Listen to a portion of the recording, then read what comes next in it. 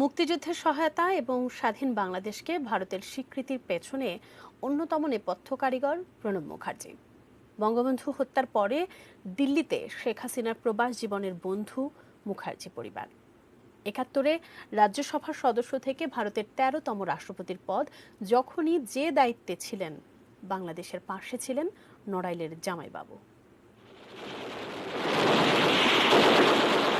১৯৭১ মুক্তিযুদ্ধ চলছে, স্বাধীন বাংলাদেশকে আনুষ্ঠানিক সমর্থন জানায়নি কোনো রাষ্ট্রই। ঠিক এরকম সময়ে ভারতের রাজ্যসভায় বাজেট অধিবেশনে বাংলাদেশকে স্বীকৃতি দেবার আহ্বান জানান প্রণব মুখার্জি।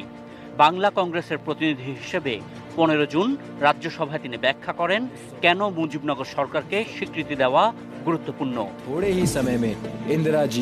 ৭১-এর সেপ্টেম্বরে ভারতীয় সংসদের একটি প্রতিনিধি দল পৃথিবীর বিভিন্ন দেশের কূটনীতিকদের কাছে মুক্তিযুদ্ধ এবং স্বাধীন বাংলাদেশ নিয়ে ভারতের অবস্থান ব্যাখ্যা করেন। এই দলের সদস্য ছিলেন প্রণব মুখার্জি। স্বাধীন বাংলাদেশের পক্ষে বিশ্ব জনমত গড়ে তুলতে বড় ভূমিকা রাখে ভারতের এই প্রতিনিধি দল। ৭৫-এর ১৫ আগস্ট বঙ্গবন্ধু হত্যার সময় ব্রাসেলসে ছিলেন দুই বোন শেখ হাসিনা ও শেখ রেহানা। ভারতের প্রধানমন্ত্রী ইন্দিরা গান্ধীর প্রত্যক্ষ তত্ত্বাবধানে ২৪ আগস্ট তারা দিল্লি আসেন। লন্ডন প্রবাসী শফিক সিদ্দিকের সঙ্গে বিয়ে হওয়ায় পরের বছর ভারত ছাড়েন শেখ রেহানা। স্বামী ওয়াজেদ মিয়া এবং সন্তানদের নিয়ে দিল্লিতে থেকে যান শেখ হাসিনা। সেই দুর্দিনে শেখ হাসিনা পরিবারের বন্ধু হয়েছিল মুখার্জি পরিবার। ইন্দিরা গান্ধী সরকারের মন্ত্রী প্রণব মুখার্জির বাসায় প্রায় খেলতেন শেখ হাসিনার দুই সন্তান। এমনকি দুই পরিবারের পিকনিকের কথাও নিজের আত্মজীবনী ড্রামাটিক ডিকেট বইয়ে লিখেছেন প্রণব মুখার্জি।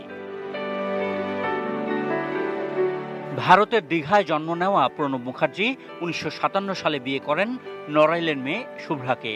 নড়াইলের জামাই হিসেবে বিভিন্ন দাতব্য প্রতিষ্ঠান যেমন করেছেন, বাংলাদেশের বিভিন্ন সংকটে নিজের জায়গা থেকে চেষ্টা করেছেন বিভিন্ন আঙ্গিকে।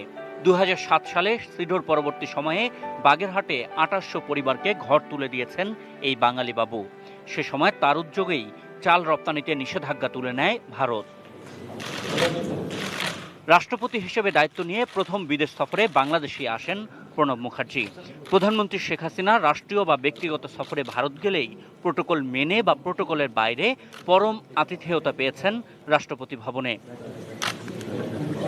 Ashikur Rahman Apu, ATN news.